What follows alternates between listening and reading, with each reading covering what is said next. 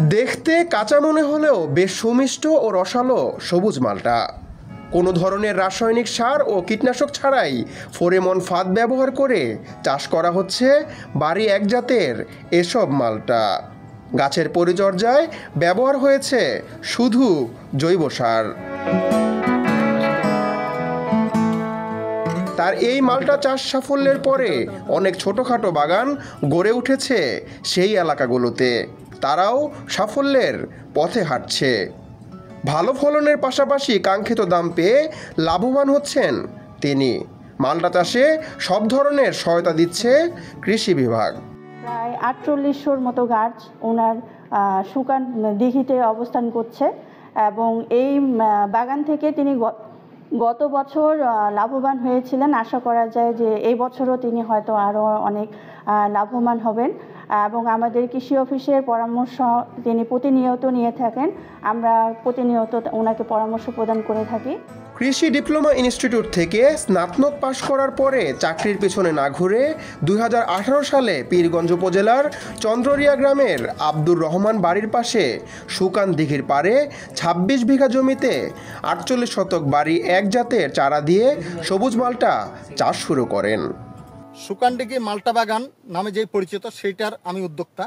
আসলেই এই মালটা বাগান আমি একজন বেকার ছিলাম। আমি লেখাপড়া শেষ করে আমি তখন শুরু করি ছোট্ট কিছু গাছ নিয়ে, তখন এই থেকে শুরু করে পরের বছর থেকেই এই চারাগুলোতে নিয়মিত ফলন আসতে থাকে। বিগত বছরের চেয়ে এবার ফলন আরও ভালো হয়েছে। আব্দুর রহমান বলেন, অন্যান্য জেলা থেকে মানুষ এসে বাগান দেখে চারা নিয়ে যায়। এত চাহিদা থাকে আমার পক্ষে পূরণ করা সম্ভব হচ্ছে না। ফলন ভালো হয়েছে বলে দাম ভালো পেলে 30 হতে 35 লাখ টাকা বিক্রি করতে পারবো। আব্দুর রহমানের সাফল্য সবুজ মালটা চাষে আগ্রহী হয়ে উঠেছেন স্থানীয় যুবকরাও। মালটার বাগান দেখতে আসছি, রহমান ভাইয়ের মালটার বাগান অনেক ভালো লাগলো দেখে। ইনশাআল্লাহ পরবর্তীতে চেষ্টা করব আমিও এরকম একটা বাগান করার।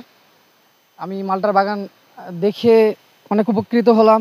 বাগান দেখে নিজের মধ্যে ইন্সপিরেশন জাগ্রত হলো যে এরকম একটা বাগান করার। অনেক দূর থেকে আসছি মালটার বাগান দেখতে। মানুষদের কাছে শুনছি মালটা অনেক মিষ্টি। আমি আমার আব্বুকে বলবো যেন এরকম একটা মালটার বাগান আমাকে গড়ে তুলে দেয়। আমিও মালটার বাগান পরিদর্শন করে অনুপ্রাণিত হলাম। আমিও আগামীতে একটি মালটার বাগান করার পরিকল্পনা মনে পোষণ করেছি। শোনার পরে আমি এই বাগানে ঘুরতে আসছি।